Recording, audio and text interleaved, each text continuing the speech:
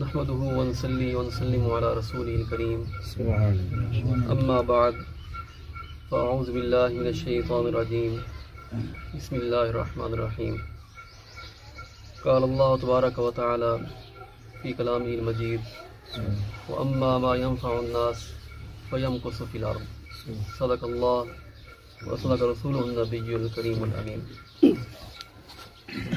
عزیزان محترم،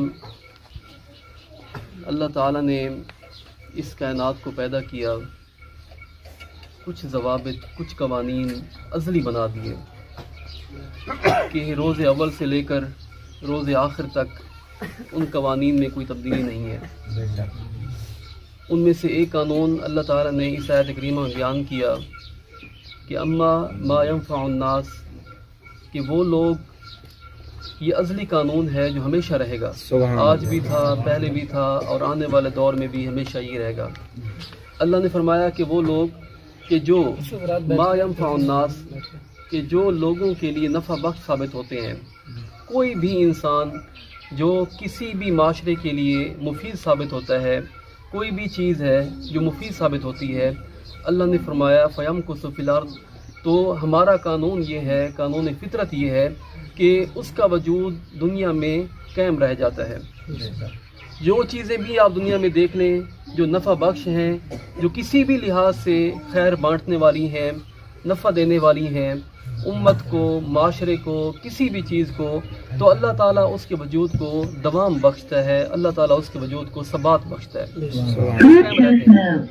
یہی حکمت ہے کہ اولیاء کے جو مزارات موجود ہیں، انبیاء کے جو آج نام موجود ہیں، صدیوں گزر گئے لیکن آج بھی ان کے نام ہمارے دلوں میں زندہ ہیں۔ وجہ صرف یہی تھی کہ وہ اپنے اپنے دور میں اپنے اپنے معاشروں کے لیے نفع بخش ثابت ہوئے تھے۔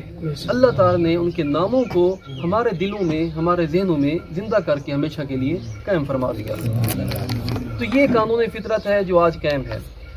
مجھے انتہائی خوشی ہے کہ آج اس محفل میں میں حاضر ہوا، اور آپ اہل علاقہ کی بھی یہ خوشی ہے کہ آپ میں ایسے نوجوان موجود ہیں جن میں یہ خیر کے جذبے پائے جاتے ہیں۔ اللہ تعالیٰ نے ان کو ذہنوں کو اس طرح بنا دیا، ان کے ذہنوں میں یہ بات ڈال دی کہ وہ اوروں کے لیے مفید ثابت ہوں۔ تو یہ اہل علاقہ کے لیے خوش بختی ہے، اور میری دعا ہے کہ اللہ تعالیٰ ان کو اپنے مقاصد میں کامیاب فرمائے۔ جو یہ ارادے رکھتے ہیں اللہ تعالیٰ ان کو ان سے بڑھ کر کامیاب فرمائے۔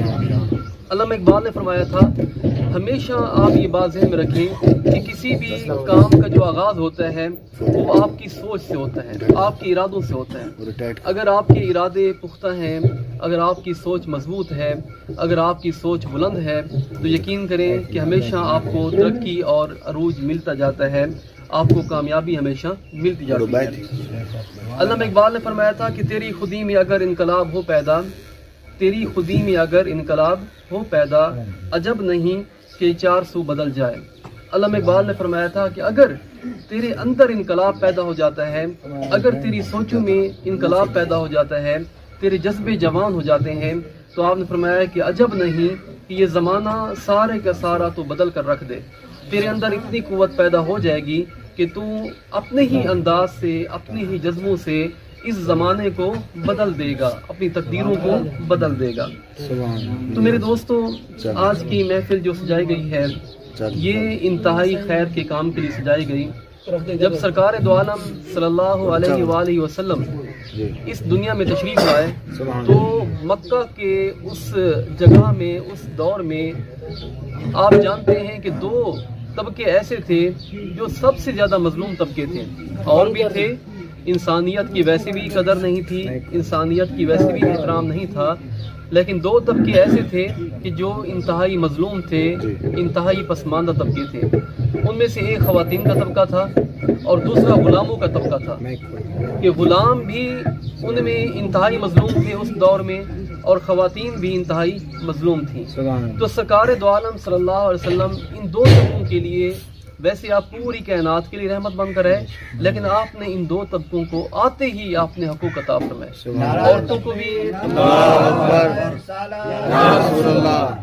عورتوں کو بھی آپ نے عزتیں عطا فرمائیں۔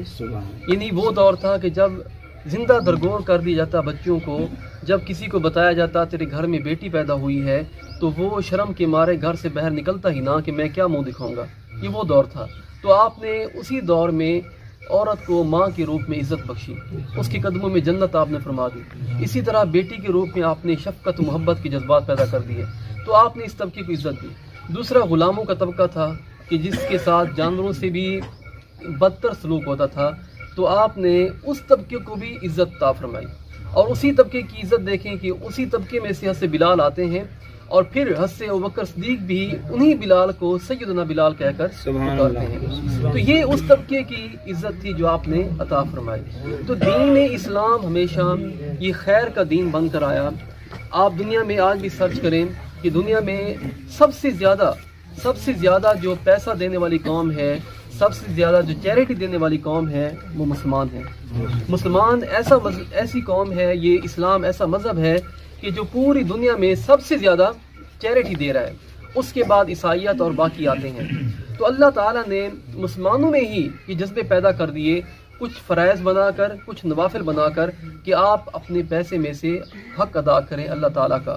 کچھ فرائض تھے, کچھ نوافل تھے, لیکن یہ لازم بنایا گیا کہ آپ اپنے جو اللہ تعالیٰ نے آپ کو رزق عطا کیا, دینے والا بھی وہی ہے, اسی کو پھر تم نے دینا ہے, پھر تم دو گے, اس کے بدلے میں وہ تمہیں دے گا. تو یہ سرکل ایک چلتا رہے گا اور بڑھتا رہے گا.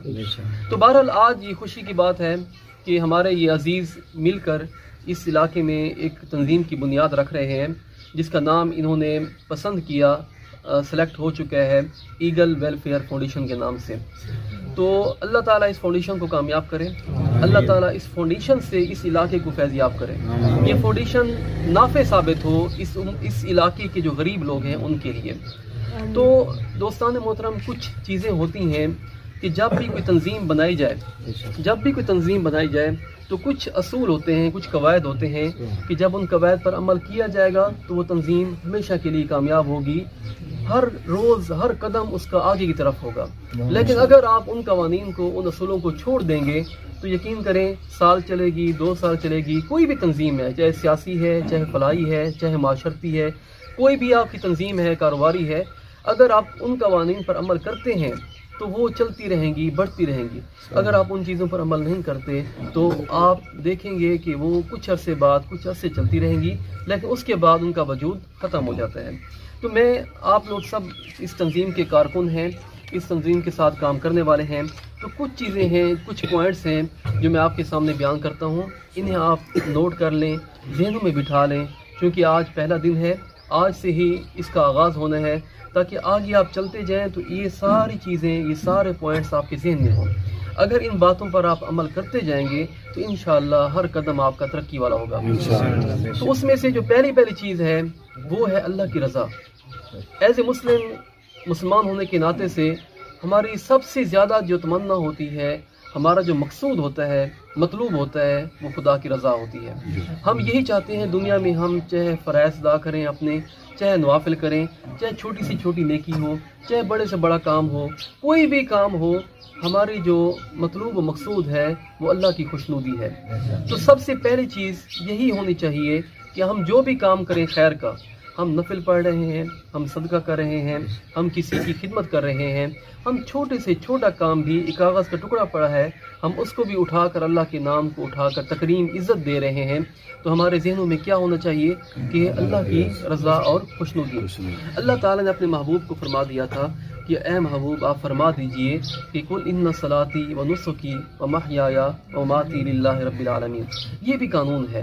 اللہ تعالیٰ نے فرمایا تھا کہ اے محبوب آپ فرما دیں امت کو, قیامت تک آنے والے لوگوں کو, کہ میں جو بھی کام کروں, ان صلاتی کہ میری نماز ہے, میری زندگی ہے, حیات ہے, ممات ہے, میری قربانیاں ہیں, میں کچھ بھی کرتا ہوں وہ کس کے لیے ہے, للہ رب العالمین, کسی کو دکھانے کے لیے نہیں ہے, بلکہ وہ صرف اور صرف اللہ کی رضا کے لیے ہے, اللہ کی خوشنودی کے لیے.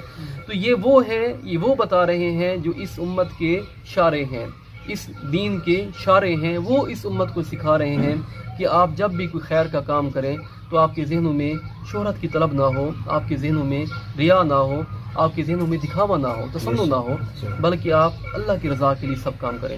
تو آپ جو لوگ بھی اس تنظیم میں شامل ہیں, آپ کے دلوں میں, آپ کے ذہنوں میں یہ راسخ ہونی چاہیے کہ آپ کبھی بھی شہرت کی تمنا نہ کریں. یہ اللہ کا قانون ہے کہ اللہ نے فرمایا ہے کہ جو بندہ دنیا میں شہرت طلب کرتا ہے ہم دنیا میں دے دیتے ہیں، آخرت میں حصہ نہیں دیتے. ہاں اگر آخرت کے لیے چھوڑ دو گے تو ہم دنیا میں بھی شاید دے دیں اور آخرت میں لازمی دیں گے. تو آپ یہ کام آپ کا آج پہلا دن ہے، بڑھتا جائے گا، آپ کا نام بھی لوگوں تک پہنچے گا، لیکن کبھی بھی آپ کے دلوں میں یہ شہرت اور ریا یہ نہ آئے کبھی بھی. اللہ تعالیٰ نے واضح فرمایا، سرکار نے فرمایا کہ ریا جو ہے یہ شرک اصغر ہے.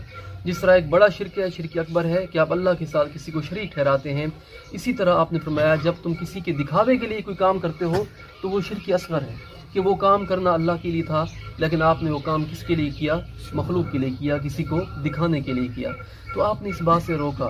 تو آج ہمارے جو اکثر لوگ ہیں، حاجی نمازی جو بھی نیک لوگ ہیں، ہمارے ذہن میں یہ چیز آ جاتی ہے کہ یار لوگ ہماری تعریف کریں، لوگ ہمارے بارے میں اچھے بول دیں. ہم خود بھی کہتے ہیں یار میری 2 منٹ تعریف کر دینا. تو یہ چیزیں نہیں ہونی چاہیے کبھی بھی، ورنہ آپ یقین کریں دنیا میں شاید آپ کامیاب ہو جائیں لیکن آخرت میں آپ کبھی بھی کامیاب نہیں ہوں گے. یہ سب سے پہلی چیز ہے اللہ کی رضا. اس کے بعد جو دوسری چیز ہے کسی بھی کام کی کامیابی کے لیے، چاہے وہ کام اچھا ہے چاہے وہ کام برا ہے، وہ ہے خلوص آپ کا، کہ آپ کس لگن سے، آپ کس خلوص سے وہ کام کو کرتے ہیں. آپ دیکھیں کہ سرکار دو عالم صلی اللہ علیہ وسلم کی زندگی، اگر ہم ایک مسلمان تو ہم ہیں ہی، ہمارے لیے وہ عملی نمونہ ہے، لیکن مسلمان سے ہٹ کر جو کافروں نے آپ کی زندگی پر ریسرچ کی، جو مشرکین نے آپ کی زندگی پر ریسرچ کی، تو ان لوگوں نے یہی پایا کہ دنیا میں سب ترقی کے جو اصول ہیں وہ ترقیوں کے اصول سارے کے سارے آپ کی زندگی میں پائے جاتے ہیں. تو آپ کی زندگی میں آپ دیکھیں کہ جب نبوت آپ کو مل رہی ہے تو آپ نے کس خلوص سے کام کیا، کس لگن سے کام کیا کہ ان تک آپ نے کوششیں کی، ان تک آپ نے جد و جہد کی، اور آخر کار اللہ تعالیٰ نے آپ کے خلوص کو دیکھتے ہوئے کامیابیوں کے دروازے کھول دیے. یعنی ایک وہ دن تھا کہ جب صرف ایک مسلمان تھا، 2 مومن تھے، اور ایک وہ دن بھی آیا کہ جب پورا جزیرہ عرب آپ کے ہوتے ہوئے فتح ہو گیا تھا. تو یہ خلوص ایسی نعمت ہے کہ جب یہ دلوں میں آ جاتا ہے تو آپ یقین کر لیں آپ کے لیے کامیابیوں کے دروازے، فلاح و بہبود کے دروازے آپ کے لیے کھلتے جاتے ہیں. تو یہ 2 چیزیں میں نے آپ سے بیان کی، ایک رضا الہی اور دوسری خلوص. خلوص نیت سے کام کریں، انشاءاللہ آپ کے جذبے بھی جوان رہیں گے اور آپ کا کام بھی بڑھتا رہے گا. یہ 2 چیزیں ہو گئیں. اس کے بعد تیسری چیز ہے جسے استقامت کہتے ہیں. استقامت کہ آج ہم نے بیٹھ کر اس کام کا آغاز کر دیا، آگے کیسے کرنا ہے؟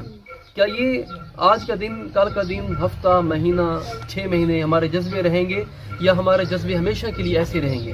تو کوئی بھی کام ہے، اللہ تعالیٰ نے فرمایا ان الذین قالوا ربنا اللہ، ربنا اللہ کافی نہیں تھا، پھر اللہ تعالیٰ نے فرمایا ثم استقاموا، کہ اس کے بعد یہ بھی کہا ربنا اللہ، لیکن ربنا اللہ کہنے کے بعد کیا کہا؟ ثم استقاموا، کہ پھر وہ استقامت کے ساتھ رہے. اللہ نے فرمایا تتنزل علیہم الملائکہ، کہ جب استقامت آ جاتی ہے کسی بھی کام میں تو فرشتے آتے ہیں اور رحمتیں بھی نازل ہوتی ہیں. تو کوئی بھی کام ہے استقامت اس میں شرط ہے. استقامت میں بہت سی چیزیں آ جاتی ہیں. کبھی کبھی آپ انتہائی مایوس ہو جاتے ہیں، کبھی کبھی آپ مشکلات میں آ جاتے ہیں، آپ کو غیروں کی باتوں کا سامنا ہوتا ہے، آپ کی اپنوں کی باتوں کا سامنا ہوتا ہے. پھر وہی بات کہ سرکار کی زندگی کو دیکھ لیں، طائف جا رہے ہیں آپ، وہاں پتھر کھا رہے ہیں. آپ کی 13 سالہ مکی زندگی آپ دیکھیں کہ آپ کے صحابہ کو مارا جا رہا ہے، آپ کو تکلیف دی جا رہی ہے، اذیتیں دی جا رہی ہیں، لیکن کبھی آپ نے استقامت کا پہلو نہیں چھوڑا. 23 سال نہ کہیں بلکہ اس سے کم کہہ دیں، کیونکہ آخر میں فتوحات ملنا شروع ہو گئی تھیں. تو یہ ساری کی ساری زندگی استقامت کا ایک عملی نمونہ ہے. تو کبھی گھبرانا نہیں ہے.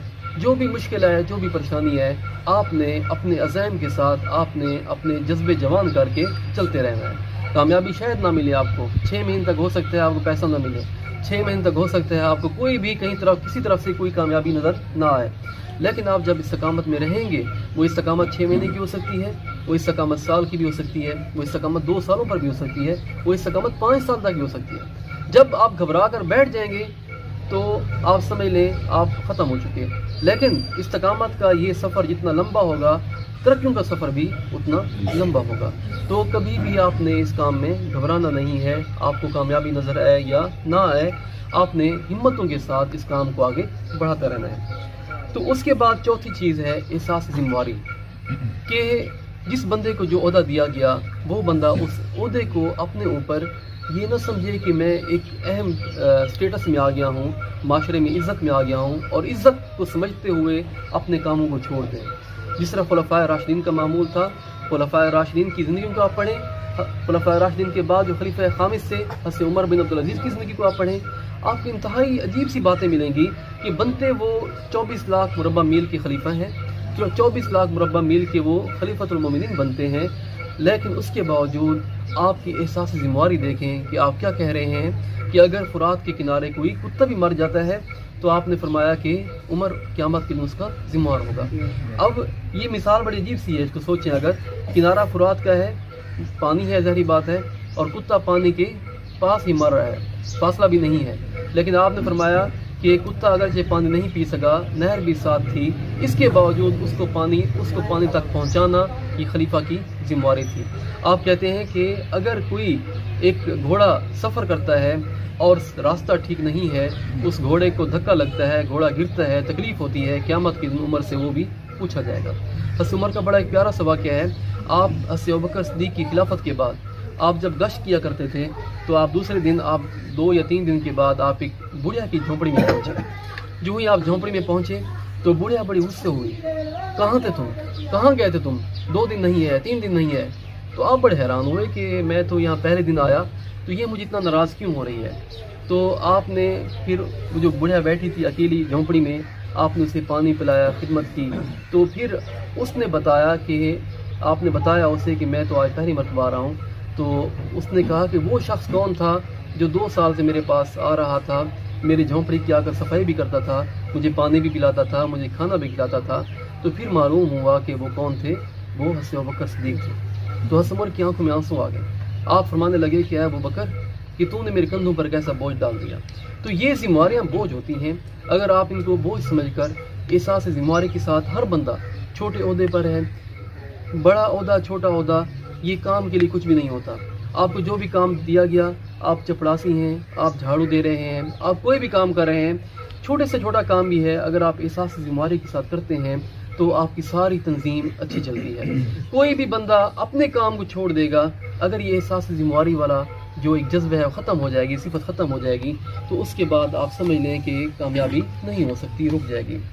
تو اس کے بعد جو 5ویں چیز ہے وہ ہے محاسبہ، جواب دہی، کہ آپ اپنے آپ کو ہمیشہ اس بات کے لیے تیار رکھیں کہ آپ کے لیے اگر آپ کے پاس اگر سوال کیا جائے کہ کل تمہارے پاس یہ پیسہ آیا تھا، کہاں گیا، تو نے یہ کام غلط کیا، کیوں کیا، آپ محاسبے کے لیے تیار رہیں۔ تو یہ بھی خلفائے راشدین کی زندگی اگر آپ پڑھ لیں تو خلفائے راشدین کی زندگی میں اور سرکار کی اپنی زندگی میں، صحابہ کی زندگی میں یہ چیز آپ کو بہت ملے گی۔ وہ لوگ خود اپنے محاسبے کیا کرتے تھے کہ ہم نے اپنے وقت کو کیسے گزارا، ہم نے اپنے کام کو صحیح انجام دیا یا نہیں دیا، اپنی ذمہ داری کو پورا کیا یا نہیں کیا۔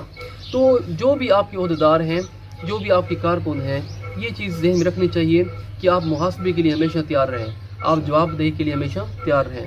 آپ جانتے ہیں حضرت عمر سے جب آپ نے کپڑے تقسیم کیے تھے تو محفل کے اندر ہی خطبے کے دوران ایک بندہ اٹھ کر کھڑا ہو گیا، انہوں نے اس صحابی نے کہا کہ اے عمر، تو نے ہمیں ایک کپڑا دیا اور آپ کا قد لمبا تھا، اور آپ نے 2 کپڑے لیے، تو ہمیں 1 کپڑا دیا، خود 2 کپڑے دیے۔ اب یہ سوال اکیلے میں یا کان میں نہیں ہو رہا، بلکہ مسجد نبوی میں سب کے سامنے ہو رہا ہے۔ حضرت عمر نے اس بات کو برا نہیں سمجھا، حضرت عمر نے جواب دیا کہ 1 جوڑا میرا تھا، 1 کپڑا میرا تھا اور 1 میرے بیٹے کا تھا، دونوں ملا کر میں نے اپنا سوٹ بنا لیا۔ تو احساس یہ جو محاسبہ ہے، اس کے لیے آپ ہمیشہ تیار رہنا چاہیے۔ کسی بندے کو یہ محسوس نہیں کرنا چاہیے کہ یار یہ مجھ پر شک کر رہا ہے یا مجھ سے کیوں پوچھ رہا ہے۔ تو شک پوچھا جا رہا ہے، آپ اس کو مطمئن کریں، جواب دیں۔ تو جب آپ محاسبے کو چھوڑ دیں گے، نہ پوچھنے والا پوچھے گا، نہ جواب دینے والا جواب دے گا، تو آپ دیکھیں گے کرپشن شروع ہو جاتی ہیں چیزوں میں۔ کرپشن ضروری نہیں حکومتوں میں ہو، آپ چھوٹے معاملات میں 1 روپیہ بھی سائڈ پہ کرتے ہیں، وہ کرپشن ہے، وہ بددیانتی ہے۔ تو یہ ایمانداری، آپ جانتے ہیں کہ سرکار کی 2 صفتیں 40 سال کی عمر میں مشہور ہوئی تھیں، 2 صفتیں، صرف 2 صفتیں، زیادہ صفات نہیں تھیں۔ آپ اخلاق عالیہ کے بھی مجسم تھے، لیکن 2 صفتیں ایسی تھیں جو پورے عرب میں مشہور ہو گئی تھیں 40 سال میں، ایک تھی امانت اور ایک صداقت، یہ 2 صفات تھیں۔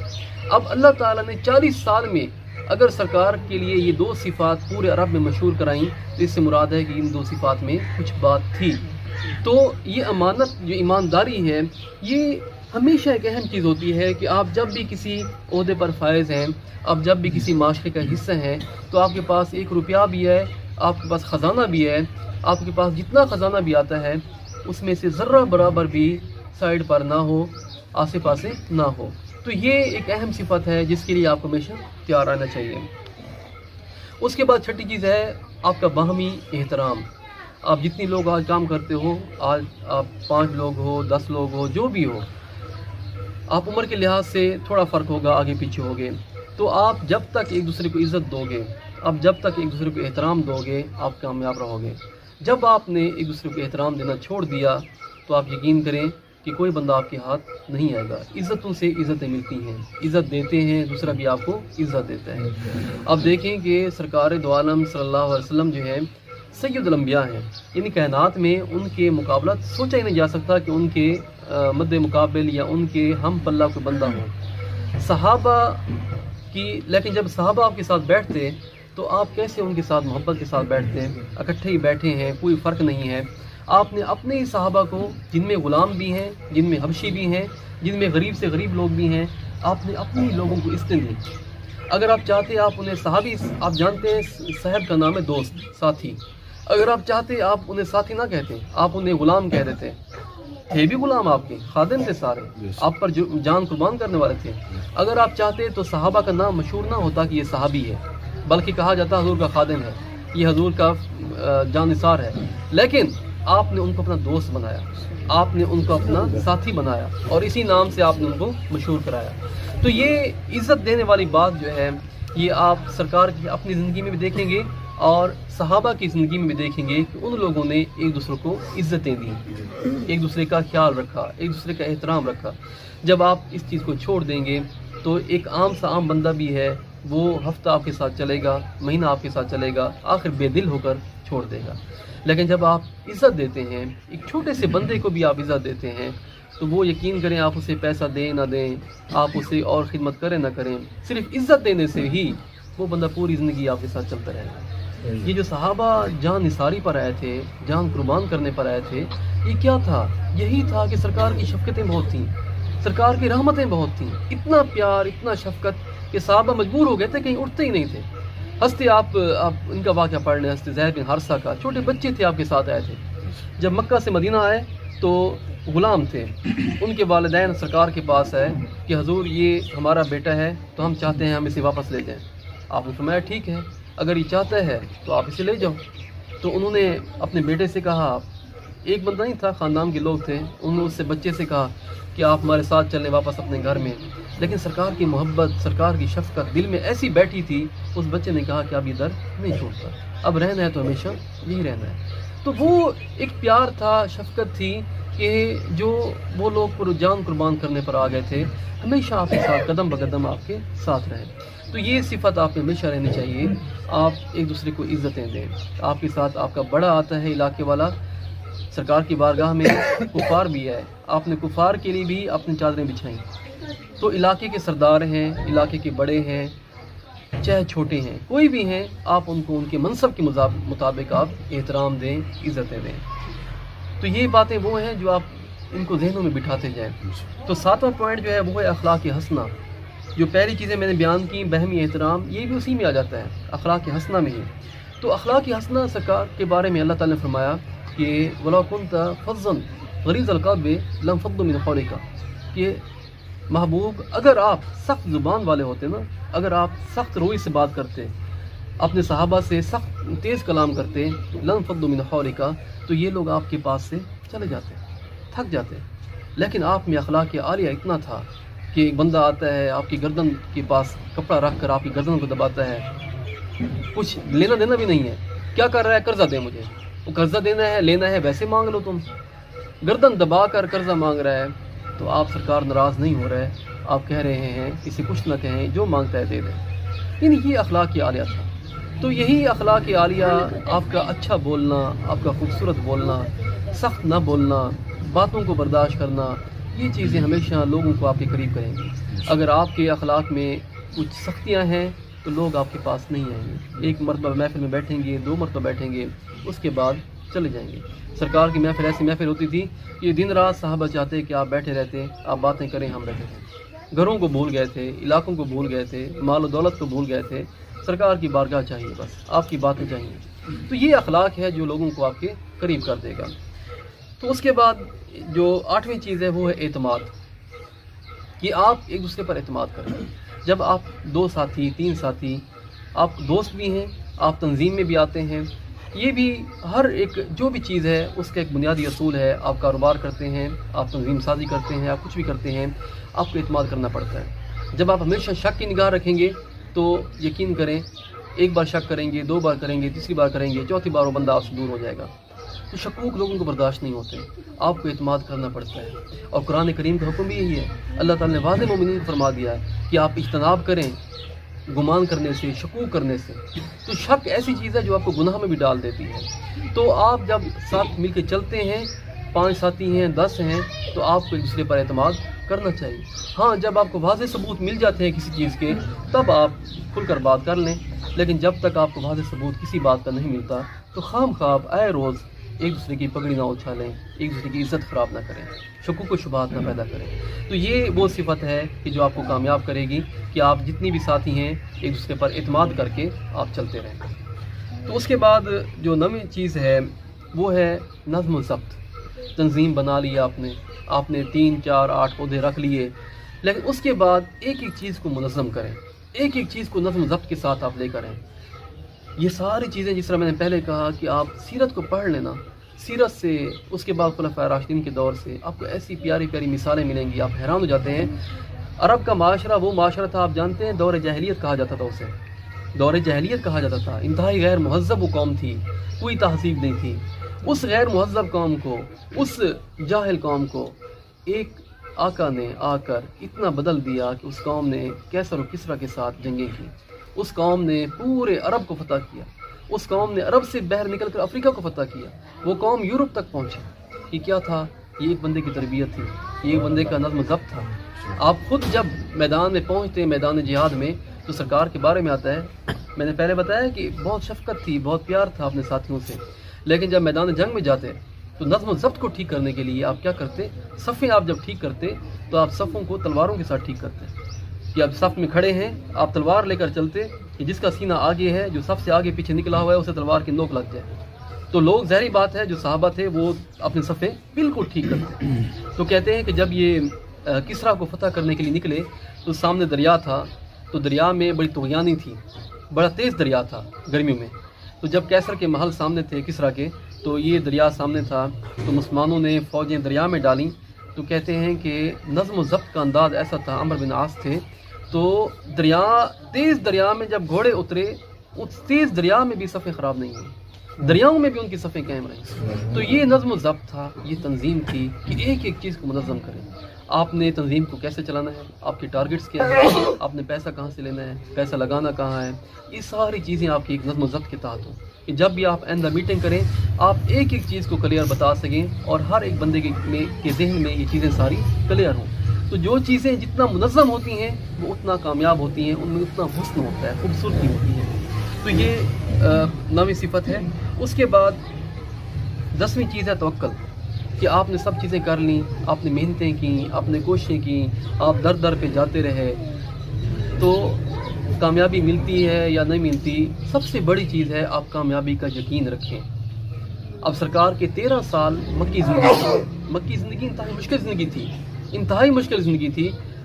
تصور نہیں کیا جا سکتا کہ شیب ابی طالب ہے، ابی طالب کی جو گھاٹی مشہور ہے شیب ابی طالب کی، آپ 3 سال وہاں آپ کو رکھا جا رہا ہے، سارے جو آپ کے رشتہ دار ہیں انہوں نے بھی ناطہ توڑ دیا ہے، صرف قریش آپ کے ساتھ ہیں، آپ کی خاندان کے، تو باقی سارے جو ہیں انہوں نے ملنا جلنا کھانا پینا سب کچھ چھوڑ دیا۔ آپ کی صحت خراب ہوئی، حضرت خدیجہ کی صحت خراب ہوئی، درختوں کے پتے کھانے پر مجبور ہوئے، طائف کا سفر آپ کے ذہن میں ہے، ایک ایک جگہ پر گئے، سب نے انکار کر دیا ایمان لانے سے۔ وہی قوم جو آپ کو صادق و امین کہتی تھی، وہی قوم جس نے حجر اسود آپ کے ہاتھوں سے رکھوایا، وہی قوم جب آپ نے ایمان کا کہا سب نے انکار کر دیا۔ تو لیکن آپ کو یقین تھا اللہ کی ذات پر، توکل تھا اللہ کی ذات پر۔ اسی یقین نے، اسی توکل نے کیا کیا کہ جب مدنی زندگی آتی ہے تو کامیابیوں کے دروازے کھل جاتے ہیں۔